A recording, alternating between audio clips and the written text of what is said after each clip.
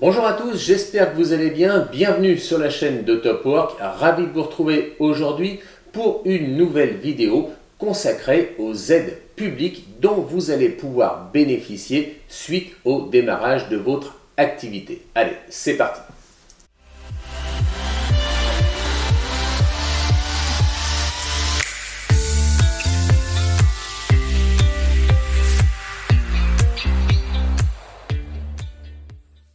Avant d'étudier ces différentes aides publiques, replongeons-nous au début de votre activité.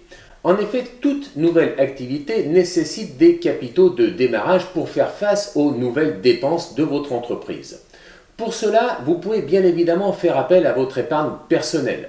Vous pouvez également solliciter vos proches qui vont bénéficier d'abattements fiscaux par l'intermédiaire de dons qu'ils peuvent effectivement vous octroyer.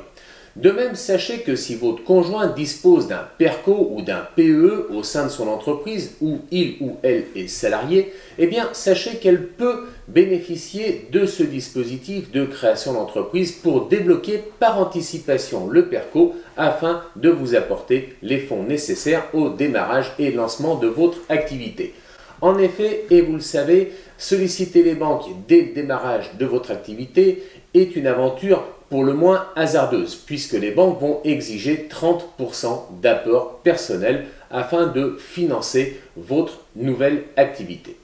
Maintenant, étudions sans plus tarder les dispositifs d'aide publique mis à votre disposition. Lorsque vous créez votre entreprise ou devenez auto-entrepreneur, vous pouvez prétendre à différentes aides valables sur l'ensemble du territoire. Alors, certaines de ces aides visent à favoriser votre retour à l'emploi et lutter, bien évidemment, contre le chômage. Elles sont donc octroyées en premier lieu par les services de Pôle emploi. Une période de chômage peut effectivement être l'occasion rêvée pour vous lancer, créer votre activité, devenir auto-entrepreneur. Mais pour autant, votre nouvelle activité ne va pas générer ipso facto et immédiatement des revenus nécessaires pour vous permettre de continuer de vivre décemment. Il est donc important pour vous de bénéficier d'aides financières. Conscient de ces enjeux, Pôle emploi a mis en place différents dispositifs. Le premier dispositif et le plus connu, c'est l'allocation de retour à l'emploi. Lorsque vous créez votre micro-entreprise ou décidez de devenir auto-entrepreneur, vous pouvez solliciter les services de Pôle emploi afin de bénéficier du versement mensuel de l'allocation chômage. Pour ce faire, il suffit d'avoir été bien évidemment privé involontairement de son précédent emploi. En outre, il vous faudra justifier d'une période minimale de travail au cours de votre emploi précédent pour pouvoir bénéficier de l'allocation de retour à l'emploi. Le montant de cette allocation de retour à l'emploi peut être cumulé avec le revenu généré par votre nouvelle activité. Si vous ne percevez rien, tout simplement vous allez percevoir l'allocation de retour à l'emploi. Si vous percevez un revenu au titre de votre nouvelle activité, vous devrez déclarer mensuellement ce revenu. Votre allocation de retour à l'emploi sera alors mise à jour en tenant compte de ce revenu nouveau généré par votre nouvelle activité. Mais sachez que, quoi qu'il en soit, le cumul entre l'allocation de retour à l'emploi et le revenu généré par votre nouvelle activité ne devra jamais dépasser le montant de votre ancien salaire brut. À côté de ce dispositif d'aide de retour à l'emploi, il existe un dispositif particulier lié à la création ou la reprise d'entreprise que l'on appelle l'ARS et que nous allons maintenant étudier. Sachez que si vous le souhaitez, vous pouvez décider purement et simplement de remplacer votre allocation de retour à l'emploi par une aide spécifique, l'aide à la reprise et à la création d'entreprise. De ce fait, vous ne bénéficierez plus tous les mois de votre allocation de retour à l'emploi, mais vous allez percevoir une aide sous forme de versement en capital. Alors, comment faire? C'est très simple, il suffit de vous rendre auprès des services de Pôle emploi, de démontrer effectivement que vous avez été involontairement privé d'emploi, de bénéficier de l'allocation de retour à l'emploi au titre des demandeurs d'emploi et surtout de justifier en transmettant un extrait CABIS, de la création ou de la reprise d'une activité.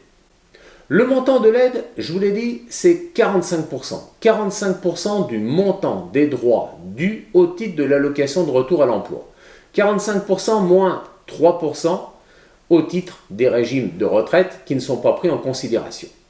Sur les 42% restants, vous allez percevoir donc 50% lors du démarrage de votre activité et les autres 50% 6 mois après le démarrage de votre activité en justifiant bien évidemment de la continuité de cette activité. Alors me direz-vous, mais que se passe-t-il si au bout de 6 mois mon activité n'existe plus, malheureusement?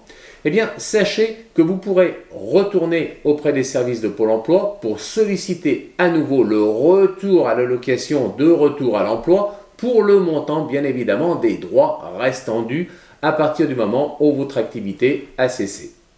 Sous certaines conditions, vous allez pouvoir bénéficier de l'aide à la création et reprise d'entreprise. Alors, ce dispositif consiste à une exonération de cotisations sociales. Toutes les cotisations sociales ne sont pas concernées. L'exonération ne concerne pas la CSG, la CRDS, le taux d'accident du travail et également les retraites complémentaires. Alors, si vous êtes auto-entrepreneur ou sous le régime de la micro-entreprise, vous devez vous adresser obligatoirement auprès des services de l'URSSAF et remplir le formulaire correspondant à cette demande d'exonération. Pour en bénéficier, il suffit d'être demandeur d'emploi, d'avoir créé ou constitué une activité et pouvoir en justifier, et surtout de ne pas avoir bénéficié d'une telle mesure d'aide durant les 3 dernières années. Vous souhaitez devenir auto-entrepreneur ou créer une entreprise individuelle et vous vous trouvez en situation de handicap. Eh bien, sachez que vous pouvez bénéficier d'une aide délivrée par l'AGEFIP. En effet, l'AGEFIP a mis en place un dispositif permettant de prendre en charge les premiers frais de départ, de démarrage de votre nouvelle activité. Il est donc important de constituer votre dossier AGEFIP avant l'immatriculation de votre nouvelle activité ou entreprise. Pour ce faire, vous devrez obligatoirement passer par une personne labellisée AGEFIP. Cette personne va vous aider à constituer votre dossier, va étudier la faisabilité de votre activité et va vous suivre post-création. Le montant de l'aide AGEFIP est de 6 300 €. Mais attention, vous devrez apporter la somme de 1 200 € à titre personnel. Cette aide de 6 300 € est non renouvelable, mais elle est cumulable avec toutes les autres aides de droit commun ou subventions que vous pouvez percevoir de l'AGEFIP, notamment au titre de la mobilité. Dans cette vidéo, je vous mets en commentaire les liens auprès des services de l'AGEFIP pour de plus amples renseignements. Vous êtes auto-entrepreneur ou entrepreneur individuel, savez-vous que vous pouvez bénéficier éventuellement et sous certaines conditions de la prime d'activité? Cette prime d'activité est délivrée par les services de la CAF. Pour en bénéficier, il vous suffit simplement de remplir une demande en ligne auprès des services de la CAF. Je vous mets le lien en vidéo. Cette prime d'activité, si elle vous est octroyée, l'est pour une durée de 3 mois renouvelable. Le montant de la prime d'activité est personnel puisqu'il dépend de la composition de votre foyer et surtout de vos revenus et des revenus des membres de votre foyer. Aussi, la prime d'activité doit être réactualisée tous les 3 mois. Si un changement dans votre situation familiale intervient, il vous importe de le déclarer. Et si un changement ou la perte de la prime d'activité doit survenir, elle prendra effet le premier mois du jour qui a suivi l'événement. Exonération de la cotisation foncière des entreprises. Vous êtes auto-entrepreneur ou vous avez créé votre entreprise individuelle, eh bien sachez que pour la première année d'exercice, vous allez bénéficier de l'exonération de la CFE. Mais attention, vous devez impérativement remplir la déclaration initiale avant le 31 décembre de l'année d'exercice de votre activité pour bénéficier de l'exonération. Le prêt d'honneur Initiative France. Il s'agit d'un prêt accordé par le réseau Initiative France, un prêt accordé à une personne physique, c'est-à-dire vous, auto-entrepreneur ou entrepreneur individuel, et non pas un prêt accordé à une structure. La finalité de ce prêt d'honneur est justement de faciliter l'emprunt bancaire en vous permettant de constituer un apport personnel. En effet, vous le savez, lorsque vous allez solliciter votre banquier pour obtenir un emprunt, ce dernier va généralement exiger un apport personnel d'un montant plus ou moins important. Eh bien, le prêt d'honneur est là justement pour vous aider à constituer cet apport personnel. Son montant varie entre 3 000 et 50 000 euros en fonction du projet et en fonction de vos besoins en fonds propres. En règle générale, on observe sur l'ensemble du territoire national que la moyenne des prêts d'honneur s'élève à 10 000 euros. La majorité des prêts d'honneur est octroyée aux personnes âgées de moins de 30 ans ou de plus de 45 ans. Je vous conseille vivement de vous rapprocher de votre structure départementale pour solliciter ce prêt d'honneur qui est un appui financier important pour le démarrage de votre activité.